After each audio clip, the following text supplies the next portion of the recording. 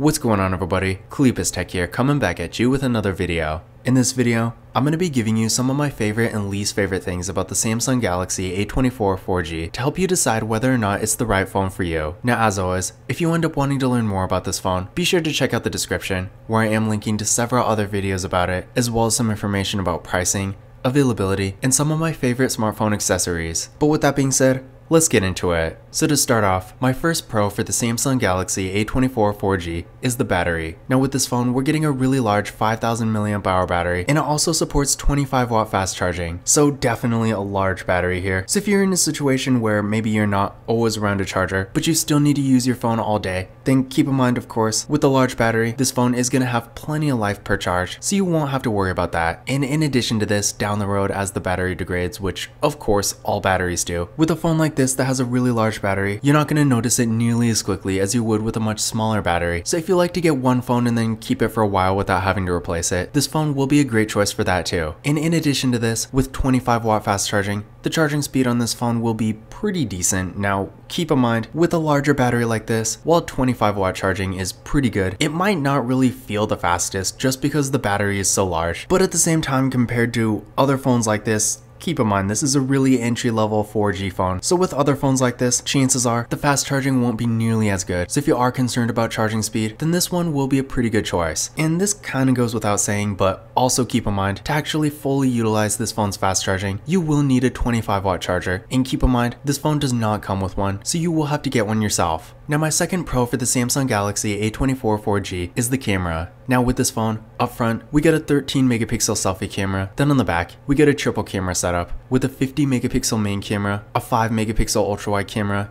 and a 2 megapixel macro camera. And then for video, this phone does have a max recording quality of 1080p in both the rear and front cameras, so no 4K here. But in general, we are getting a great camera setup here with pretty much all the features you would typically find in a phone like this. Keep in mind, despite not having a dedicated depth sensing camera, portrait mode still works perfectly fine. It's really just built into the main camera, so it doesn't really make a huge difference. But aside from that, we are getting an ultra wide camera and a macro camera, so if you are taking a lot of pictures and you want a wider variety of features, then this phone will be a great choice for you. And in addition to this, aside from having a bunch of features, the photo quality is really good as well. To give you an idea of what it can do, here's some pictures taken with the Samsung Galaxy A24 4G. And yeah, again, as you can see, the photo quality here is really good. Sure, if you compare it to a much more expensive phone, it might not seem that impressive then. But again, for a more affordable entry-level phone like this, I do think the photo quality is really good. And honestly, for the average user, you really don't need that fancy of a camera. I mean, for the occasional Instagram photo every now and then, taking photos to send to friends and family, or maybe something for your own memories, for that kind of casual use, at this point in 2023, I want to say most entry-level to mid-range phones will get the job done just fine. So in general, if you maybe don't need the most top-of-the-line flagship quality camera, but you still want the option to take a nice photo whenever you need to, then I do think the Samsung Galaxy A24 4G will get the job done just fine. Now my third pro for the Samsung Galaxy A24 4G is the storage. Now with this phone, we're getting 128 gigabytes of internal storage with microSD card expansion. So yeah, for what it is, I would definitely consider this to be a pretty good amount of storage. Sure, on one hand, if you're really a power user, if you have all kinds of apps and photos and videos and stuff like that, then you might want to get something that has 256. But for the average user, that's probably not the case. And I do think even at this point in 2023, for most people, 128 gigabytes will be plenty. And again, this phone does have microSD card expansion too. So if you have a lot of photos and videos, for example, you can always offload that stuff onto a microSD card. And this definitely will make a difference. So in general, if you're looking for an entry-level 4G phone that has a good amount of storage, you're not going to go wrong with the Samsung Galaxy A24.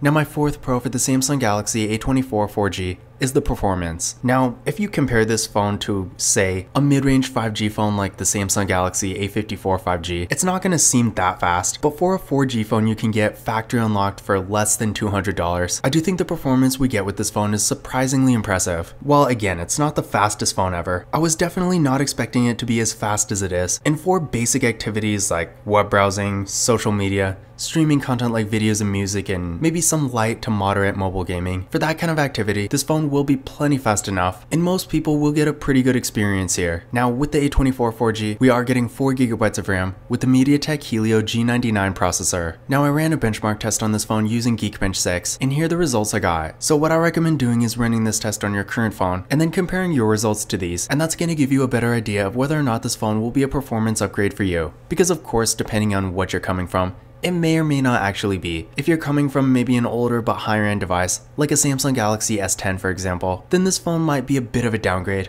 But if you're coming from maybe a sort of mediocre mid-range phone, then chances are this will be a pretty good upgrade. And I will say from experience running this test on all kinds of different phones, the A24 4G actually scores higher than a lot of entry-level 5G phones, which again, I was not expecting, because even though it's not really a general rule or anything, typically 5G phones do tend to be quite a bit faster than most 4G phones. So to see this phone score around the same level as something like the Samsung Galaxy A53 5G for example, that was definitely surprising. So my point with this is, although this is again obviously not going to be nearly as fast as a much higher end device, if you are looking for something for more basic activities and you don't really care about 5G connectivity, then when it comes to overall performance, I do think this phone will be plenty fast enough. And then finally, my fifth pro for the Samsung Galaxy A24 4G is the display. Now with this phone, we are getting a really nice display, which on one hand is really not surprising considering the predecessor, the A23 4G. That phone did have a really nice display too, but with the A24 4G, I feel like this one is actually even a little better. So with this phone, we're getting a 6.5 inch 90Hz Super AMOLED display with a 1080p resolution, a PPI of 396, and a 19.5:9 aspect ratio. So yeah, definitely a great display here. At 6.5 inches, it's maybe not the largest phone out there, but it definitely still is on the larger side as most phones nowadays are. So if you're doing stuff like reading, web browsing, really anything for that matter, you will get a pretty good experience. Things are going to be larger and easier to see, so definitely no complaints there. With the 1080p resolution, the image is also nice and crisp. So if you're doing stuff like watching videos, for example, where the image quality is a bit more important, this is going to be a great thing. And with the 90Hz refresh rate, the movement on the screen is a bit faster and smoother, making the phone feel more premium to use. But compared to the predecessor, I feel like the most impressive thing here is that with the A24, we're actually getting a Super AMOLED display. Now with the Super AMOLED, the colors are going to be a little bit richer and more vibrant. The display in general is a bit brighter, and most importantly, the viewing angles are going to be a lot better compared to your typical LCD type display. So if you're outside in the sun, for example, or really in any kind of bright area, the phone is going to be a lot easier to see. So if you are someone who tends to spend a lot of time outdoors, this is definitely something to think about. So all in all, although compared to a lot of mid-range Samsung phones like the A34, A54, and I feel like even the A14, although that phone doesn't have an AMOLED, the display we're getting here isn't necessarily super unique or anything. I do think for a more affordable 4G phone, it definitely is impressive. So if you are looking for something with a nice display for consuming content, you're definitely not going to go wrong with this phone. But now that we've gone over some of the good things about this phone, let's talk about some potential drawbacks. So my first con for the Samsung Galaxy A24 4G is that there's no stereo audio. Now, in case you don't know what this means, when a phone has stereo audio, if you're doing something like listening to music, for example, sound will come out of both the main speaker and the earpiece, giving you a much more immersive experience. But unfortunately with this phone, when you're doing that kind of stuff, sound only comes from the main speaker, which is honestly pretty disappointing considering we're getting such a nice display here. That part does make this phone really good for consuming content, but not having stereo audio is really going to diminish the audio quality. Now, of course, if you're using headphones or maybe like a Bluetooth speaker or something like that, this isn't really going to make a huge difference.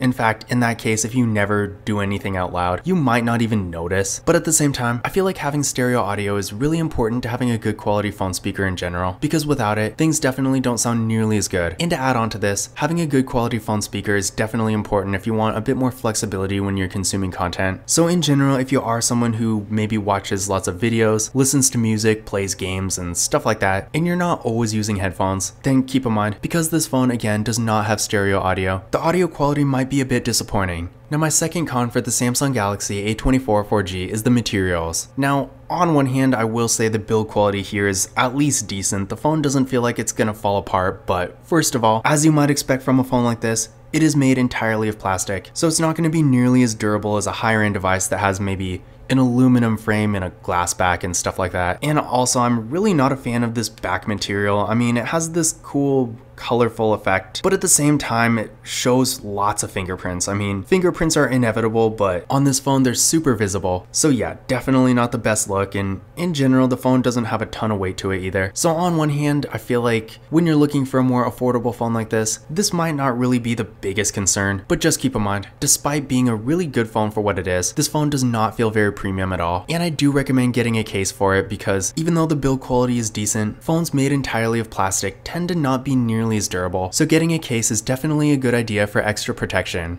Now my third con for the Samsung Galaxy A24 4G, and this really only applies if you're in the US, but keep in mind, unfortunately, the A24 4G is not officially launched in the US. Now what this means is, even though you can get it factory unlocked, if you are in the US, that's pretty much the only way you're gonna get it. And the reason this is really a drawback is, even though it's pretty affordable as is, I mean it's going for maybe $185 factory unlocked, so definitely still affordable, but if you're hoping to get any kind of carrier deal, I mean in the US you can get something like an A24 5G or even an unlocked S21 FE or a Google Pixel 6a. The list really goes on. All these phones are quite a bit more affordable and they're going for maybe around $200 or less. Now keep in mind, I'm talking carrier deals here. You're not going to find an A54 5G unlocked for less than maybe $400. But at the same time, if you are getting your phone through a US carrier, chances are the deals you can get for the same price as this phone unlocked are going to be quite a bit better. So if you are in that kind of situation, you're probably going to want to skip this phone. Now my fourth con for the Samsung Galaxy A24 4G is, as the name implies, this is not a 5G phone. Now to be fair, I'm sure we will be seeing a Samsung Galaxy A24 5G pretty soon. The A23 5G came out in like October, so I imagine this phone's 5G counterpart will come out sometime soon. But at the same time, if you are considering this phone, again, keep in mind that even though the performance definitely keeps up with a lot of entry-level 5G phones, which again I was really not expecting, the fact remains it still is not a 5G phone itself. So if you do care about getting access to your carrier's latest and greatest network, you might not want to get this phone. Now I feel like this is really disappointing because at this point in 2023,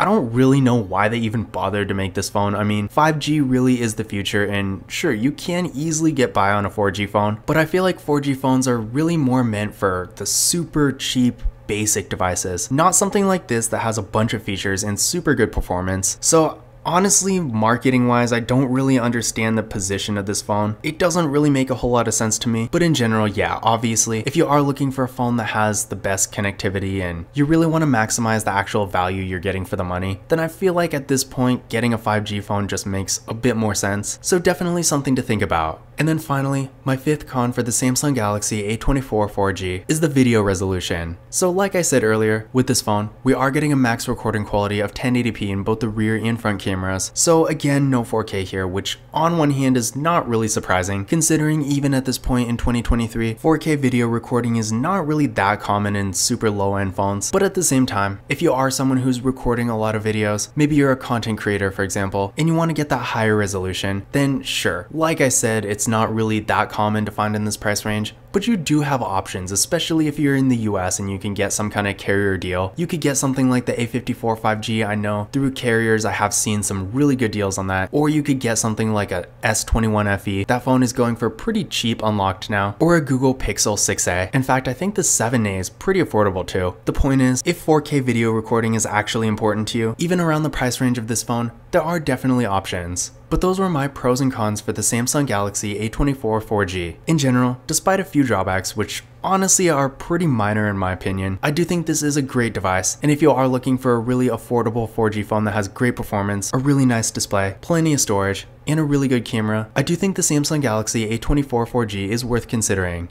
Now once again, if you want to learn more about this phone, definitely check out the description, where I am linking to several other videos about it, as well as some information about pricing, availability, and some of my favorite smartphone accessories. But that's it for this video. If you enjoyed it and found it useful, be sure to give it a thumbs up and hit that subscribe button. Don't forget to follow Kalipis Tech on Twitter and Instagram. And as always, I will see you in the next video.